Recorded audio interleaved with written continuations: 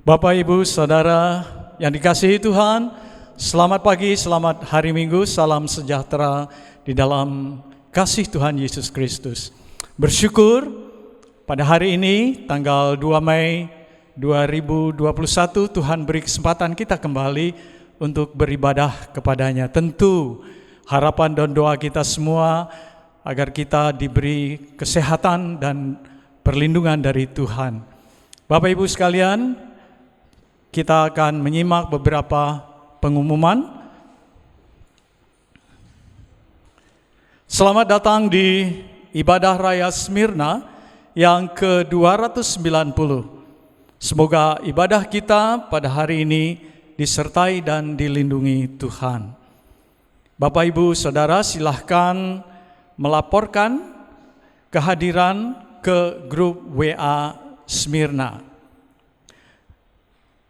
Jam doa Rama akan diadakan pada hari Rabu tanggal 5 Mei 2021 pukul 18.30 WIB.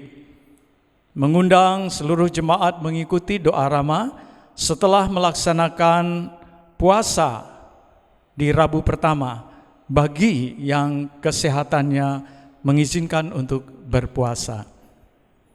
Kelas baptisan sudah dimulai bagi Bapak, Ibu, Saudara yang ingin mengikuti kelas tersebut dapat menghubungi panitia upacara gereja, Ibu Nawang, atau panitia keanggotaan Bapak Benny. Laporan kegiatan pada minggu lalu, jam doa pada tanggal 21 April 56 orang. Persekutuan Pria Baptis Prima pada tanggal 18 April dihadiri 13 orang. Segenap jemaat Gereja Baptis Indonesia Smyrna mengucapkan selamat ulang tahun kepada Ibu Angga Neta Aulele pada tanggal 2 Mei. Bapak Sariman pada tanggal 6 Mei, Ibu Rona Lumban Batu pada tanggal 6 Mei, dan Saudari Uneke Ratna Cempaka pada tanggal 7 Mei. Demikianlah pengumuman.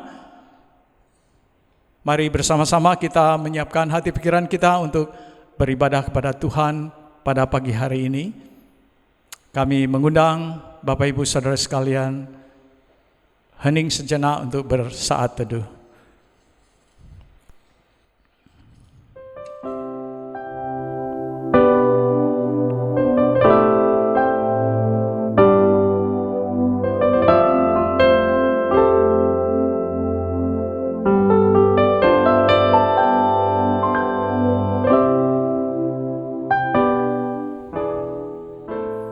Amin. Tinggikanlah Tuhan Allah kita dan sujudlah menyembah di hadapan gunung-Nya yang kudus, sebab kuduslah Tuhan Allah kita. Mazmur 99 ayat 9. Bapak, Ibu, Saudara, kita berdoa. Bapa Surgawi, terima kasih ya Tuhan untuk kesempatan yang indah pada pagi hari ini Engkau berikan kepada kami jemaat Smyrna untuk beribadah kepadamu. Terima kasih Bapa atas kasih setiamu yang kami rasakan di dalam kehidupan kami sebagai gereja maupun pribadi lepas pribadi. Terima kasih untuk penyertaan perlindungan Tuhan sepanjang waktu yang kami telah lewati. Dan pada saat ini kami mohon ya Roh Kudus, pimpin dan bimbinglah kami, agar kami sungguh-sungguh memberikan perhatian kami kepadamu. Dan tolong kami menyikapi firman-Mu dengan benar, karena firman-Mu adalah pelita bagi kehidupan kami. Ampuni kami ya Bapa apabila ada bagian kehidupan kami yang tidak berkenan di hadapan-Mu. Dan tolonglah bentuklah kami semakin menjadi seperti Kristus. Di dalam nama Yesus kami bersyukur dan berdoa. Amin.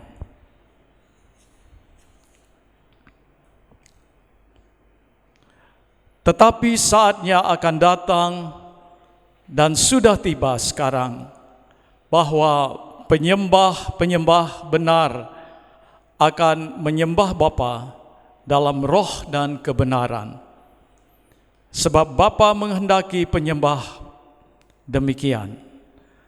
Allah itu roh, dan barang siapa menyembah Dia harus menyembahnya dalam roh dan kebenaran.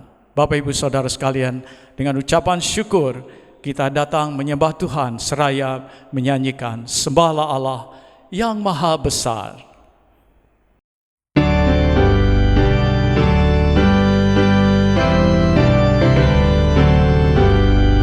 Sembahlah Allah yang maha besar, ucapkan syukur dengan bergema, benteng dan penolong yang maha esa, bertahta di surga dengan megahnya.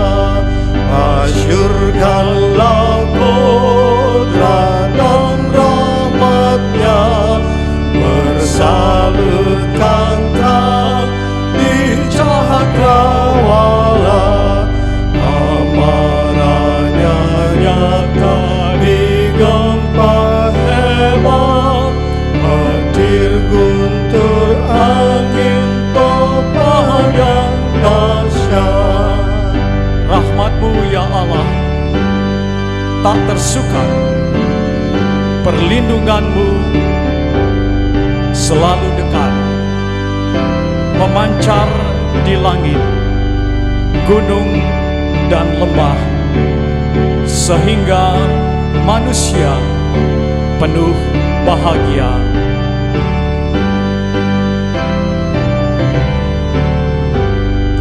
Rahmat-Mu ya Allah tak tersukat, perlindungan-Mu selalu dekat, memancar di langit, gunung dan lembah, sehingga manusia penuh bahagia. Tuhanlah Khalik dan Bapa kami, janji-Mu teguh tak Kau ingkari, kasih-Mu melimpah setiap saat, Kau benteng penolong dan juru selamat.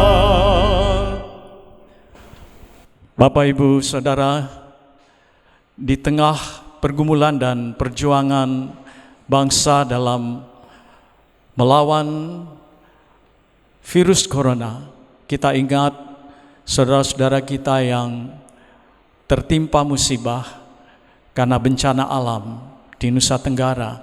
Kita mendoakan mereka. Bahkan hari-hari ini Indonesia sedang berduka karena kasus tenggelamnya KRI Nanggala 402. Kita mendoakan agar segala upaya dapat dilakukan untuk dapat mengembalikan mereka, para awak kapal. Mendoakan keluarga yang ditinggalkan, yang sangat mengharapkan kembalinya para awak kapal.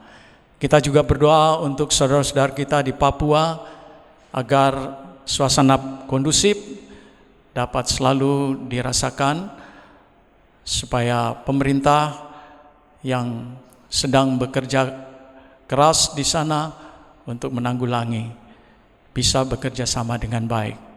Dan beberapa doa akan kita naikkan dalam doa syafaat pada pagi hari ini dipimpin oleh Pendeta Petrus.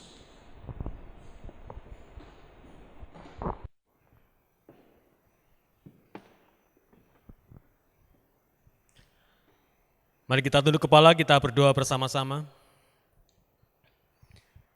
Bapa yang Maha Besar, Allah dan Tuhan kami Yesus Kristus, yang disembah oleh bangsa-bangsa di dunia yang percaya kepada nama-Mu, keagungan dan kebesaran Tuhan yang melingkupi segala-galanya, kemuliaan yang tiada taranya, kebesaran kekuasaan yang tiada batasnya. Oleh sebab itu kami bersyukur punya Allah yang seperti Engkau, dan kami bersyukur buat kesempatan di mana kami boleh bersama-sama datang kepada Tuhan menaikkan syafaat kami bersama-sama dengan seluruh umat Tuhan di hari Minggu ini, bahkan keluarga besar Smyrna. Ampunilah semua dosa dan pelanggaran kami ya Tuhan.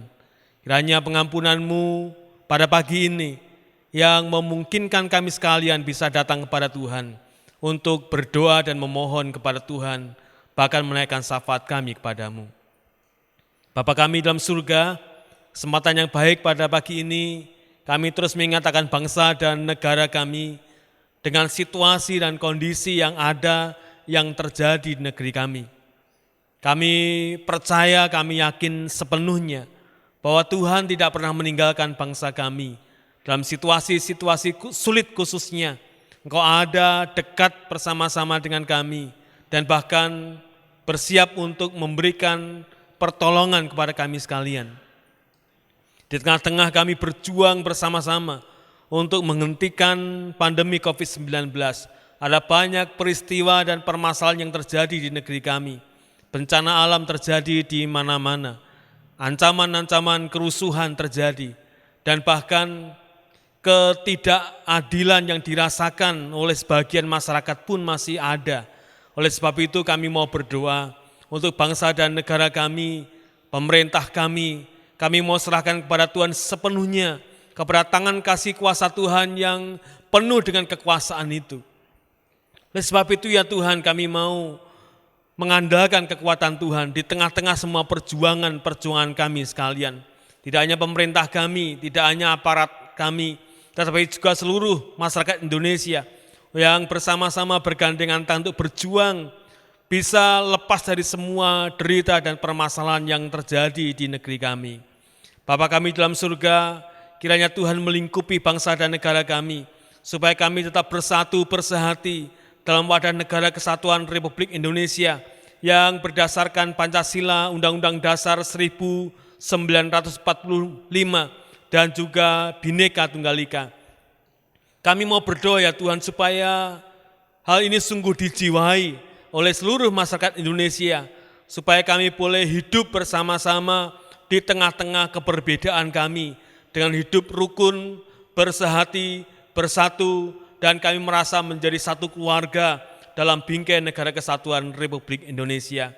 Kerusuhan-kerusuhan yang terjadi di negeri kami kiranya boleh dikendalikan oleh aparat kami, tetapi juga didorong oleh semangat kebersamaan kami seluruh masyarakat Indonesia dimanapun kami berada, untuk menciptakan suasana yang baik, untuk menciptakan suasana yang aman dan tertib, menciptakan suatu suasana yang nyaman, sehingga sungguh-sungguh negeri kami tinggali dengan penuh bahagia, oleh karena kami merasa menjadi satu keluarga di dalam wadah negara kesatuan Republik Indonesia ini. Kami berdoa kiranya Tuhan mengizinkan kami, melepaskan kami dari semua mara bahaya, terkhusus bencana alam yang mengancam negeri kami, sehingga negeri kami boleh didiami oleh orang-orang yang sungguh-sungguh ingin maju bersama-sama meskipun di tengah-tengah masa pandemi dan juga di tengah-tengah bencana alam yang terus terjadi. Oleh sebab itu kami ingin berdoa supaya Tuhan membentengi negeri kami dan menyingkirkan semua mara bahaya yang mengancam negeri kami. Bapa kami dalam surga, kami mengatakan korban dari kapal Indonesia yang tenggelam, kami mau berdoa kiranya aparat kami, terkhusus instansi terkait, bisa menemukan jenazah dari korban kapal yang tenggelam. Dan juga bagi keluarga yang ditinggalkan, kiranya Tuhan memberikan penghiburan dan kekuatan, bahkan ketabahan iman yang sungguh, supaya bisa menerima kondisi dan keadaan ini, bahkan bisa menerima dengan lapang dada dan mengucap syukur kepada Tuhan. Terima kasih Bapa, kami sungguh menyerahkan bangsa dan negeri kami ke dalam tangan kasih kuasa-Mu. Kami ingatakan keluarga besar Smyrna, kami terus berdoa ya Tuhan, supaya keluarga besar Smyrna juga dilindungi dan disertai oleh Tuhan, dijauhkan dari sakit penyakit, dijauhkan dari semua penderitaan, dijauhkan dari ancaman COVID-19, dan diberikan kepada kami semangat yang tinggi untuk melayani, mengabdi, berbakti, dan setia kepada Tuhan. Berkatilah supaya setiap kebutuhan yang terjadi di keluarga-keluarga Smyrna akan dicukupkan oleh Tuhan. Anak-anak kami yang sedang berjuang di dunia pendidikan mereka masing-masing, Tuhan berikan kepandaian, kecerdasan supaya mereka boleh mempersembahkan yang terbaik untuk Tuhan dan juga untuk kedua orang tua mereka masing-masing. Bapa di surga, berkatilah setiap pelayanan yang terjadi di Smyrna, kiranya semuanya boleh berjalan dengan baik, juga bukan karena kekuatan kami, bukan karena keahlian kami, tetapi karena cinta kasih Tuhan yang menyertai kami sekalian. Terima kasih Bapa, berkatilah keluarga besar Smyrna, kuat, sehat, sejahtera, dan bahagia. Gabungan Gereja Baptis Indonesia, kami juga ingin menyerahkan kepada Tuhan atas semua pelayanan yang terjadi. Kiranya gabungan Gereja Baptis Indonesia dengan keluarga besarnya sungguh-sungguh bisa memuliakan Tuhan melalui pencapaian-pencapaian, melalui kerjasama kami, bahkan melalui hasil-hasil yang boleh kami persembahkan kepada Tuhan. Kiranya musyawarah besar yang akan terjadi di beberapa bulan yang akan datang, boleh terjadi oleh karena kemurahan Tuhan melingkupi keluarga besar gabungan Gereja Baptis Indonesia. Akhirnya kami bersyukur oleh karena kesempatan baik buat kami untuk menaikkan syafaat kami pada pagi ini. Dan kami percaya Tuhan mendengarkannya, oleh karena kami berdoa di dalam nama Tuhan kami, Yesus Kristus. Amin.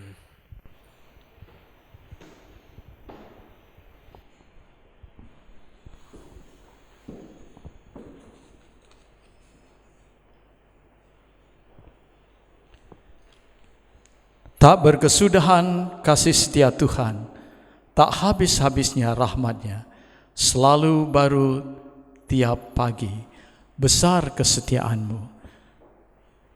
Bersama-sama kita akan mengungkapkan rasa syukur kita melalui persembahan dan persepuluhan, namun kita akan menaikkan satu pujian, Mulia Setiamu.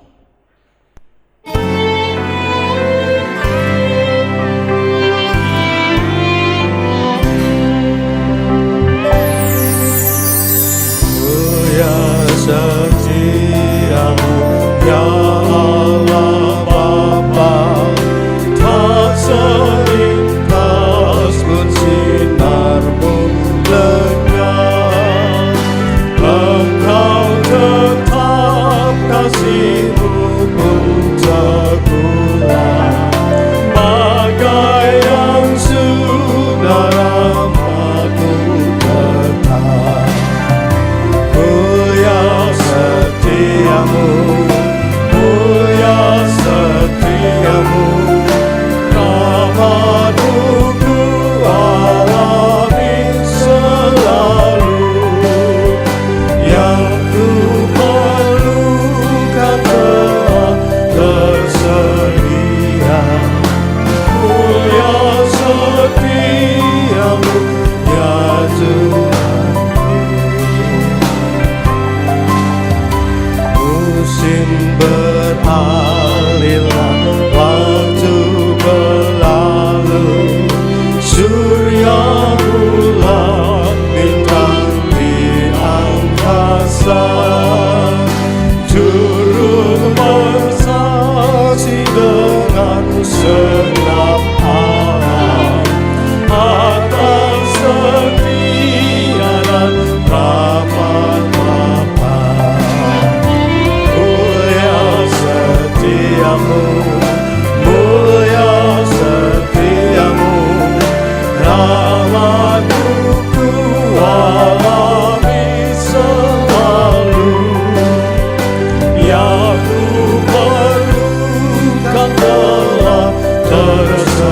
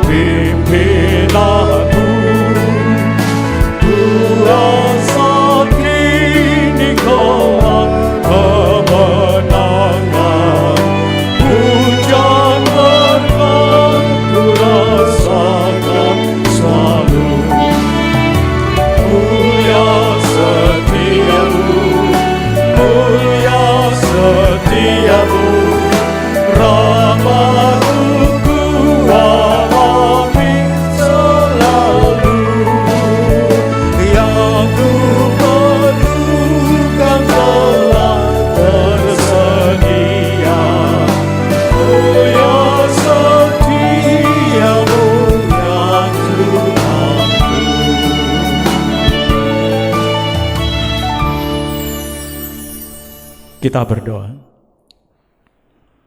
Terima kasih Tuhan untuk kasih setiamu yang tidak pernah habis-habisnya yang kami rasakan. Terima kasih untuk anugerah-Mu di dalam Yesus Kristus. Terima kasih Bapa, Engkau telah memberikan yang terbaik. Dan biarlah persembahan dan persepuluhan kami ini berkenan di hadapan-Mu dan boleh dipakai untuk pelayanan melalui gereja Smyrna. Tolong kami Tuhan tetap setia dan mengandalkan-Mu di dalam setiap hal dalam hidup kami. Di dalam nama Yesus kami bersyukur dan berdoa. Amin.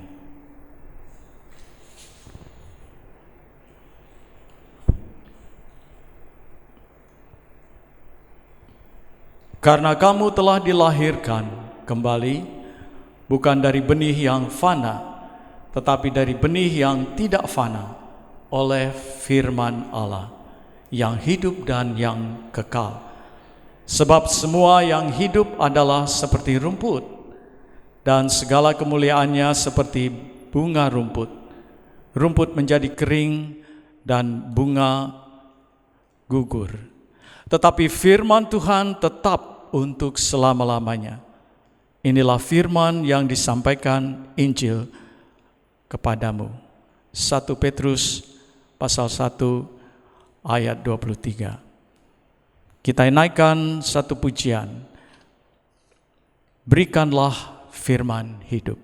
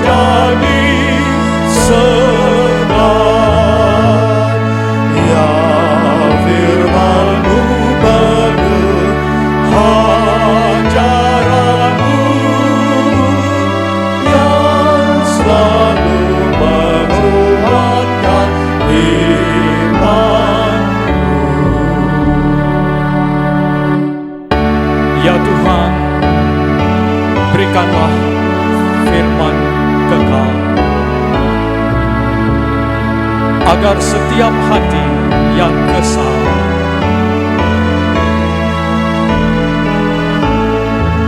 dapat diampuni, diselamatkan oleh firman hidup Yesus Tuhan.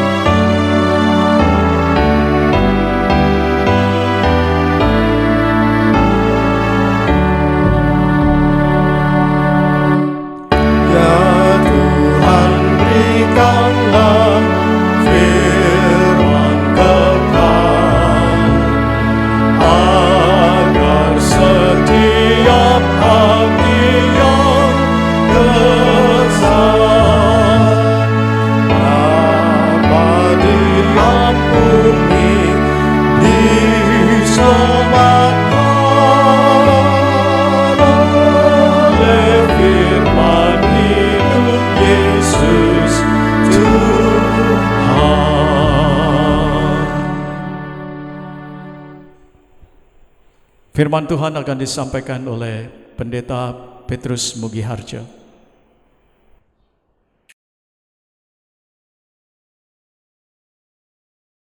Selamat pagi Bapak Ibu yang saya kasihi, mari kita tunduk kepala, kita berdoa bersama-sama untuk bersiap diri mendengarkan bagian dari firman Tuhan pada minggu hari ini. Mari kita tunduk kepala dan kita berdoa. Kami bersyukur kepadamu ya Tuhan, karena kesempatan yang indah yang Tuhan berikan kepada kami di pagi ini, yaitu kami akan menerima kebenaran firman-Mu dan juga penjelasannya. Berkati hamba supaya bisa menyampaikan dengan baik dan benar, berkati seluruh keluarga besar Smyrna dan siapapun yang mengikuti ibadah kami pada hari ini, kiranya firman-Mu sungguh-sungguh memberikan kekuatan, penghiburan, berkat, nasihat kepada kami sekalian. Terima kasih Bapa, dalam nama Tuhan Yesus Kristus kami berdoa. Amin. Bapak Ibu yang saya kasihi, firman Tuhan hari ini akan kita ambil bersama-sama dari Matius pasal yang ke-6 ayat 19 sampai 21. Matius 6 ayat 19 sampai 21, demikianlah firman Tuhan. Janganlah kamu mengumpulkan harta di bumi ngengat dan karat merusakkannya, dan pencuri membongkar serta mencurinya. Tetapi kumpulkanlah bagimu harta di surga. Di surga ngengat dan karat tidak merusakkannya, dan pencuri tidak membongkar serta mencurinya. Karena di mana hartamu berada, di situ juga hatimu berada. Bapak Ibu saya kasihi, banyak orang di dunia ini, tidak tahu apakah itu termasuk kita, banyak orang mengukur kesuksesan dengan banyak sedikitnya uang. Banyak orang mengukur keberhasilan hidupnya dengan berapa banyak hartanya. Padahal tidak selamanya itu benar. Uang menjadi bagian yang krusial dalam kehidupan kita, dalam keseharian kita, maupun di dalam rancangan-rancangan kita ke depan. Semuanya sepertinya berkaitan dengan uang. Bahkan setiap gerak kita pun memerlukan uang. Setiap rencana kita memerlukan uang. Setiap perjuangan ke depan memerlukan uang. Bahkan ketika mencari uang pun perlu mengeluarkan uang. Apa yang dicari orang? Uang. Apa yang dicari orang siang, malam, pagi, petang? Uang, uang, uang, uang, uang, uang. Semuanya serba uang. Kalau orang berkata uang tidak penting, kalau orang berkata uang tidak ada artinya, mungkin perlu pemahaman lebih dalam lagi tentang kehidupan yang sesungguhnya. Karena faktanya, realnya adalah uang menjadi bagian yang penting dalam kehidupan manusia. Bahkan apa yang dicari orang siang, malam, pagi, petang, orang mencari uang. Bapak Ibu saya kasih, perlu disadari bahwa setiap orang memiliki prinsip yang berbeda-beda tentang harta. Prinsip yang berbeda-beda tentang pandangannya kepada uang. Ada yang mengatakan uang adalah segala-galanya. Sehingga ketika tidak punya uang, maka dia tidak punya harapan, kehilangan segala-galanya. Ada yang berkata bahwa uang itu adalah pelengkap dari kehidupan. Sehingga dengan sedikit uang pun dia masih bisa berjalan oleh karena hanya sebagai pelengkap saja. Kalau boleh saya bertanya kepada saudara sekalian, mana yang akan Anda pilih? Menjadi lebih kaya atau mempunyai lebih banyak uang? Sekali lagi ya, karena pertanyaan ini sederhana tapi cukup rumit untuk kita jawab. Mana yang Anda pilih? Menjadi lebih kaya atau mempunyai lebih banyak uang? Mana yang Anda pilih? Real dalam kehidupan kita adalah untuk mendapatkan uang, banyak orang berani menghalalkan segala cara. Pasti cara-cara yang tidak benar, seperti mencuri, seperti merampok, dan juga cara-cara lainnya, supaya dengan cepat bisa menghasilkan uang, supaya dengan segera bisa menghasilkan uang. Syukur saja yang didapatkan itu bukan hanya sedikit uang, tetapi banyak dan semakin banyak uang. Uang dicapai, uang diraih, uang didapatkan dengan cara yang mudah dan banyak. Perhatikan kalimat berikut. Uang tidak bisa membeli kebahagiaan. Nah, semuanya pasti setuju dengan statement ini, bahwa ternyata memang uang tidak bisa membeli kebahagiaan. Tetapi punya uang lebih bahagia daripada tidak punya uang. Ini fakta. Memang uang tidak bisa membeli segalanya, uang tidak bisa menukar segalanya, uang tidak bisa dipakai untuk segala-galanya. Tetapi orang yang berbahagia menurut dunia atau menurut statement ini adalah orang yang punya banyak uang. Sehingga orang yang punya uang lebih bahagia daripada orang yang tidak punya uang. Manusia boleh berencana, manusia boleh punya rencana, tetapi ini kalimat yang benar, tetapi Tuhanlah yang menentukan. Tapi kalimat ini akan berubah. Manusia boleh merencanakan, tetapi uanglah yang menentukan. Apakah itu sebuah kenyataan dalam kehidupan kita? Menyisihkan kuasanya Tuhan, mengabaikan kekuatan kuasanya, dan lebih percaya kepada yang namanya uang, sehingga semuanya rencana kita, semua harapan kita bisa terjadi bukan karena kuasanya Tuhan, bukan karena kasihnya Tuhan, tetapi karena banyaknya uang yang ada pada diri kita. Mari kita perhatikan di Matius pasal 6 ayat 19, tadi dikatakan, janganlah kamu mengumpulkan harta di bumi. Mari kita pahami Bapak Ibu sekalian, apa maksud dari ayat ini? Janganlah kamu mengumpulkan harta di bumi. Sesungguhnya literalnya bunyinya seperti ini. Janganlah kamu menimbun harta di dunia ini bagi dirimu sendiri. Sekali lagi ya. Janganlah kamu mengumpulkan harta di bumi. Sesungguhnya literalnya adalah janganlah kamu menimbun harta di dunia ini hanya bagi dirimu sendiri. Dan sebab itu mari kita pahami, yang pertama, Tuhan tidak melarang kita bekerja.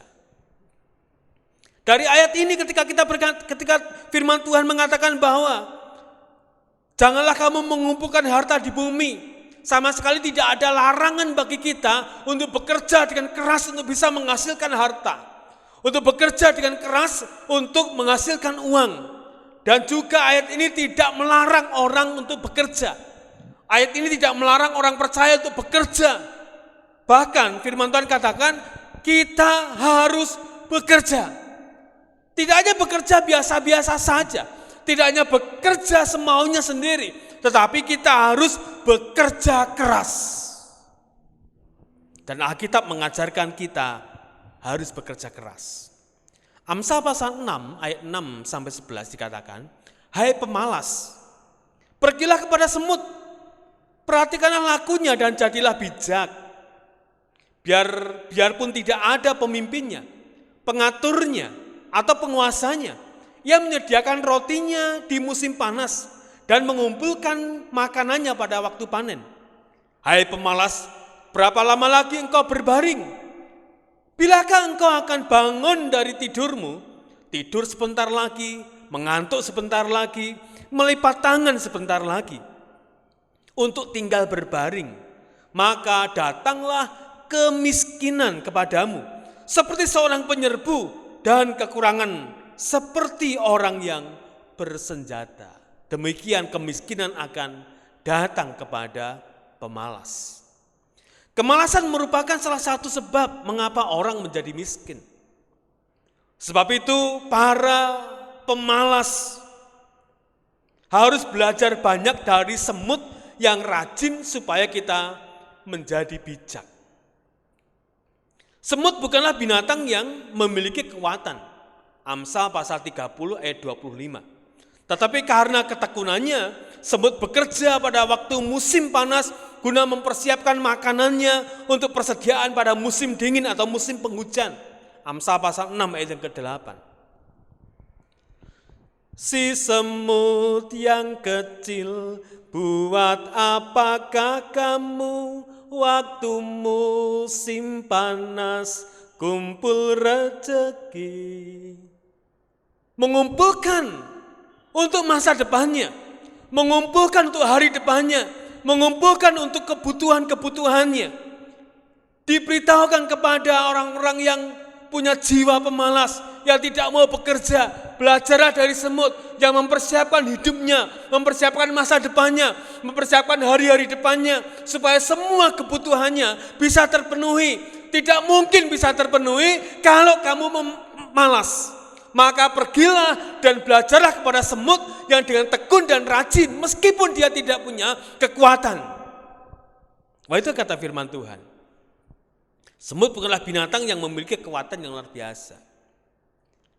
Ini mengisyaratkan kepada kita sekalian bahwa untuk mendapatkan sebuah pekerjaan atau mendapatkan sebuah hasil dari jerih payah, tidak harus digantungkan kepada seberapa banyak ilmu yang dia dapat, seberapa pandai dia, seberapa kuatnya dia, bukan. Tetapi ayat ini ingin menekankan bahwa setiap orang yang rajin, setiap orang yang tekun akan menghasilkan sesuatu. Yang ditentang adalah tidak mau bekerja keras. Dalam ayat ini dikatakan sebagai pemalas. Amsal 30 ayat 25 dikatakan semut bangsa yang tidak kuat. Semut adalah bangsa yang tidak kuat, tetapi yang menyediakan makanannya di musim panas. Dia rajin, dia tekun, dia juga bijak. Oleh sebab itu kita sebagai anak-anak Tuhan, mari kita belajar dari binatang yang diberikan contoh kepada kita sekalian. Bagaimana dia tekun, bagaimana dia rajin, dan bagaimana dia bijak. Dalam menghadapi berbagai macam kebutuhan kita di dalam keseharian kita, bahkan kebutuhan-kebutuhan kita di masa yang akan datang, Tuhan mau supaya kita tetap tekun, kita rajin, dan juga bijak. Mengapa kata bijak menjadi bagian yang penting? Ini berkaitan dengan garis besar kita yang kedua. Mari kita lihat yang kedua. Sebelumnya di Amsal pasal 30 ayat 25 yang dikatakan semut bangsa yang tidak kuat tetapi yang menyediakan makanannya di musim panas. Lalu Paulus memberikan penjelasan kembali kepada Titus di pasal 3 ayat 14. Dan biarlah orang-orang kita juga belajar melakukan pekerjaan yang baik untuk dapat memenuhi keperluan hidup yang pokok, supaya hidup mereka jangan tidak berbuah. Itu artinya setiap orang percaya, setiap kita, saya dan saudara diperintahkan oleh Tuhan supaya kita giat bekerja, supaya kita bekerja keras, supaya kita tekun, supaya kita rajin, tetapi juga supaya kita bijak. Bijaknya seperti apa? Mari kita lihat bagian yang kedua, mengumpulkan harta dengan bijak. Bagian yang kedua. Kita tidak boleh mengumpulkan harta demi harta itu sendiri, atau juga hanya bagi diri sendiri. Tidak ada larangan mengumpulkan harta, tidak ada larangan menabung, tidak ada larangan menyisihkan dana untuk kebutuhan di masa yang akan datang. Bahkan tidak ada larangan kita bisa mengumpulkan harta yang banyak. Yang menjadi masalahnya di situ adalah ketika harta itu dikumpulkan di bumi ini hanya untuk kepentingan harta itu sendiri atau untuk kepentingan diri sendiri, itu yang dinasihatkan oleh firman Tuhan supaya kita tidak melakukan hal itu. Janganlah kamu mengumpulkan harta di dunia ini. Artinya, janganlah kamu mengumpulkan harta itu bagi harta itu sendiri atau bagi dirimu sendiri. Wah, menarik sekali ketika Lukas pasal 12 ayat 20 sampai 21 memberikan kisah yang cukup memberi tantangan buat kita sekalian. Di mana dalam kisah itu disebutkan ada orang yang berhasil mengumpulkan harta yang begitu banyak. Hartanya berlimpah-limpah, bahkan dikatakan di sana tempatnya sampai tidak cukup untuk menampung semua hartanya. Dan ketika dia membuat tampungan hartanya, lalu dia berkata, "Hai jiwaku, tenanglah di sana, oleh karena ada banyak harta yang ada padamu. Tenanglah, berbahagialah, dan nyamanlah." Tetapi apa kata firman Tuhan? Lukas 12 ayat 20 sampai 21, tetapi firman Allah kepadanya, "Hai engkau orang yang bodoh, pada malam ini juga jiwamu akan diambil daripadamu, dan apa yang telah kau sediakan, untuk siapakah itu nanti? Demikianlah jadinya dengan orang yang mengumpulkan harta bagi dirinya sendiri, jikalau ia tidak kaya di hadapan Tuhan. Bapak yang saya kasihi, tidak salah bukan untuk mengumpulkan harta, tapi apa motivasinya, apa dorongannya, apa tujuannya kita mengumpulkan harta. Kalau itu hanya kepentingan harta itu sendiri, atau hanya kepentingan diri sendiri, maka itu yang dikecam oleh firman Tuhan. Itu yang dipermasalahkan oleh firman Tuhan. Kumpulkanlah harta di dunia ini, tetapi tidak hanya bagi dirimu sendiri. Nanti kita lihat seperti apa mengumpulkan harta yang bukan dari diri sendiri, untuk diri sendiri. Tidak boleh menimbun harta di bumi hanya untuk kepentingan diri. Ya mungkin kita bisa berkata, loh saya yang bekerja keras kok, saya yang menabung kok, saya yang berjuang kok, saya yang memeras keringat, saya membanting tulang, bahkan saya melakukan segala-galanya untuk bisa mendapatkan harta itu. Memang harta itu untuk mencukupi diri saya sendiri, untuk kepentingan diri saya sendiri, itu hak saya, itu bagian saya. Tapi apa kata firman Tuhan? Janganlah kamu mengumpulkan harta di dunia ini hanya untuk kepentingan dirimu sendiri.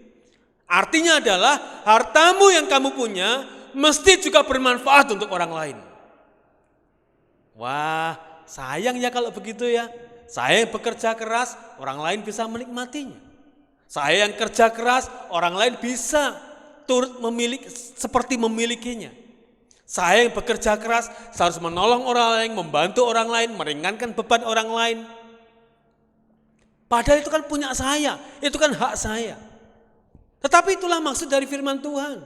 Supaya ketika kamu mengumpulkan hartamu, tidak hanya untuk kepentingan dirimu sendiri, tetapi kepentingan orang lain juga. Kepentingan pelayanan, kepentingan pemberitaan Injil, kepentingan rumah tangga gereja, kepentingan hamba Tuhan, kepentingan gembala sidang, kepentingan orang lain, dipikirkan dengan harta yang kita miliki. Kalau begitu itu perlu pemahaman yang benar tentang harta, seperti apa yang dimaksudkan oleh firman Tuhan. Bagaimana saya memilikinya, bagaimana saya mengupayakannya, dan bahkan bagaimana saya menggunakannya. Firman Tuhan memberikan petunjuk-petunjuk kepada kita sekalian. Mengapa kita tidak boleh menimbun harta di bumi? Harta dunia di bumi hanya sementara. Dikatakan di sana bisa rusak atau bisa hilang. Sekali lagi, harta di dunia ini bisa rusak dan juga bisa hilang. Kemudian dikontraskan dengan harta yang ada di surga, yang tidak bisa rusak dan tidak bisa hilang. Harta surgawi adalah kekal adanya. Ayat 19 sampai ayat yang ke-20. Kita tidak bisa menimbun harta di dunia ini. Dan dalam waktu yang sama kita menimbun, mengumpulkan harta surgawi. Karena seperti ada semacam pilihan. Menggunakan harta ini hanya untuk kepentingan diri sendiri. Atau menggunakan harta ini untuk kemuliaan nama Tuhan. Kalau Tuhan berkata, muliakanlah Tuhan dengan hartamu. Apakah sungguh-sungguh harta kita bisa kita gunakan untuk memuliakan Tuhan? Atau acap kali yang kita lakukan adalah kita hanya memuliakan diri sendiri dengan harta kita sendiri. Awas, hati-hati. Hati kita selalu mengikuti harta kita. Sekali lagi ya, penting. Hati kita selalu mengikuti harta kita. Karena firman itu dikatakan, di mana hartamu berada, di situ juga hatimu. Mazmur 62 ayat yang ke-11b dikatakan di sana, apabila harta makin bertambah, janganlah hatimu melekat padanya. Kalau hartamu bertambah, kalau duitmu bertambah, kalau kekayaanmu bertambah, firman Tuhan mau katakan, janganlah hatimu melekat kepada hartamu, melekat pada duitmu, melekat pada kekayaanmu. Menarik ceritanya seorang pendeta besar, pasti berada di mancanegara, yang merupakan pendeta senior yang luar biasa, punya jemaat ribuan, bukunya ada di mana-mana, khotbahnya ada di mana-mana, namanya Billy Graham. Ketika Billy Graham sedang pelayanan di suatu daerah, dia mendapatkan kabar bahwa rumahnya terbakar. Tidak ada barang-barang yang bisa diselamatkan dari rumah Billy Graham. Apa yang dikatakan Billy Graham? Apakah dia menyesal? Apakah dia menyalahkan Tuhan mengapa tidak menjagai rumahnya pada saat saya pelayanan? Tetapi Billy Graham berkata, saya bersyukur kepada Tuhan karena tanggung jawab saya untuk mengelola sudah dikurangi oleh Tuhan. Wah, luar biasa.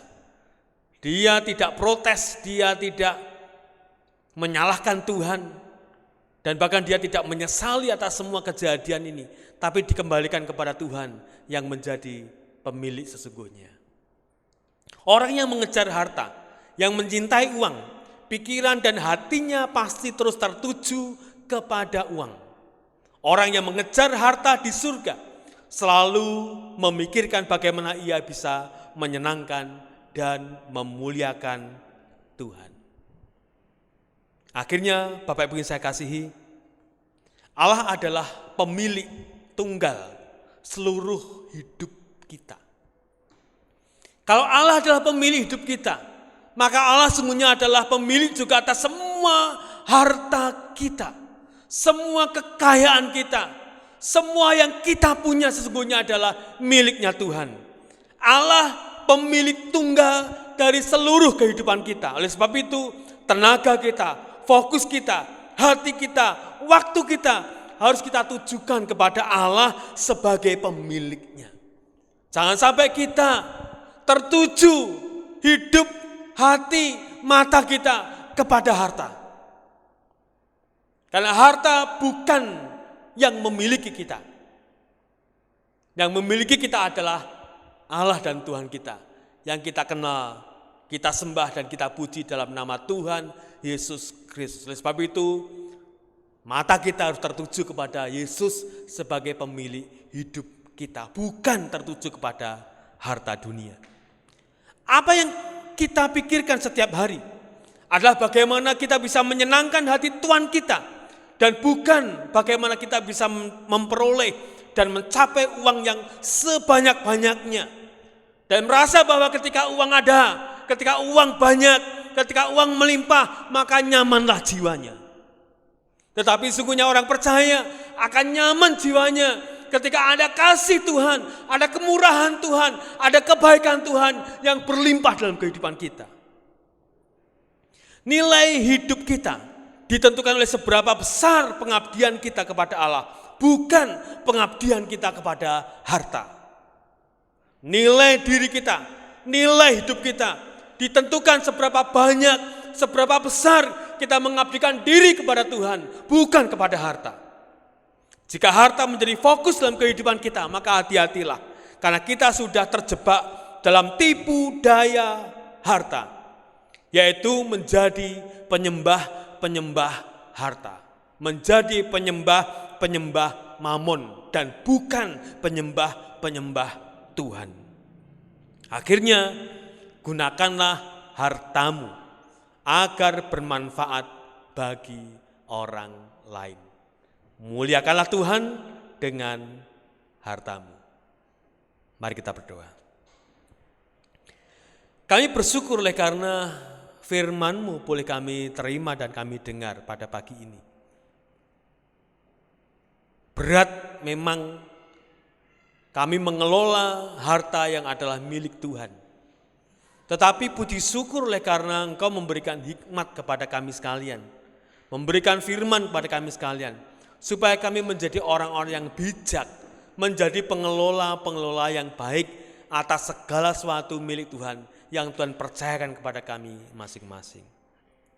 Terima kasih Bapa, kiranya kehidupan kami beserta dengan seluruh harta yang kami miliki masing-masing bisa memuliakan nama Tuhan yang menjadi pemilik dari segala sesuatunya. Terima kasih Bapa untuk firman-Mu, dalam nama Tuhan Yesus Kristus kami berdoa. Amin. Bapak Ibu yang saya kasihi, mari kita meresponi firman Tuhan. Kalau hidup kita ini adalah milik Tuhan, kalau Tuhan adalah pemilik dari kehidupan kita, mari kita baktikan jiwa dan raga kita. Mari kita baktikan segala sesuatu yang bisa kita lakukan dalam kehidupan kita. Jiwa raga, tangan dan kaki kita, lidah kita, mulut kita, bahkan harta kita baktikan hanya untuk kemuliaan nama Tuhan. Jiwa raga ku baktikan.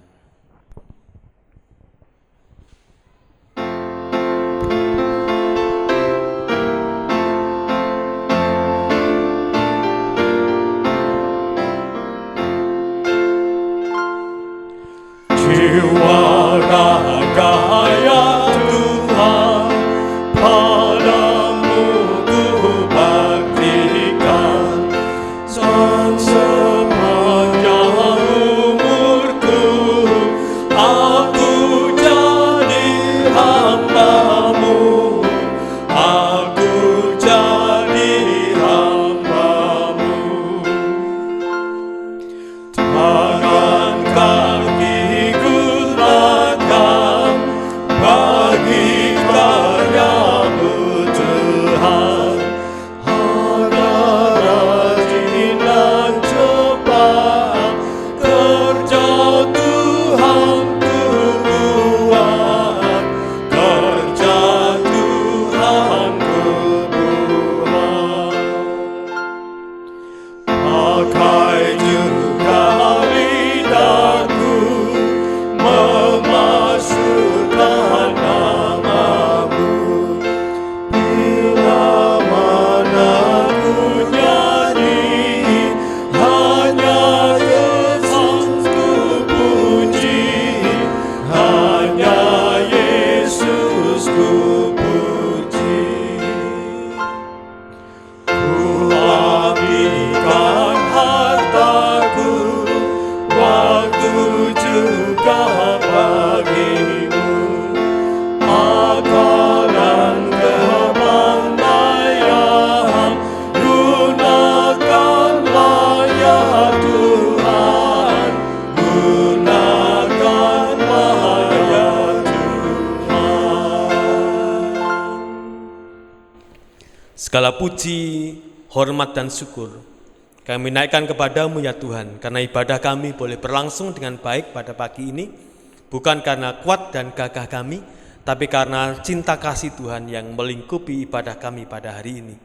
Kami siap mengakhirinya, sembari kami mohon ampun kalau ada hal-hal yang kurang berkenan kepada Tuhan di sepanjang kami beribadah pada hari ini, sehingga berkat Tuhan boleh kami terima penuh, utuh, bahkan berlimpah dalam kehidupan kami.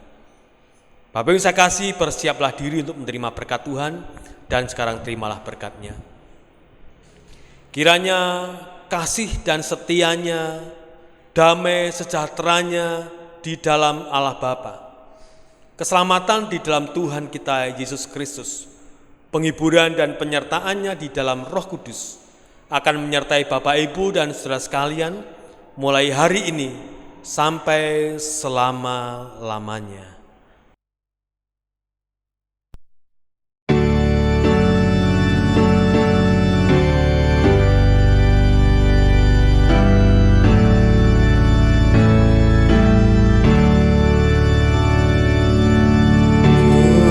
Tuhan dengarlah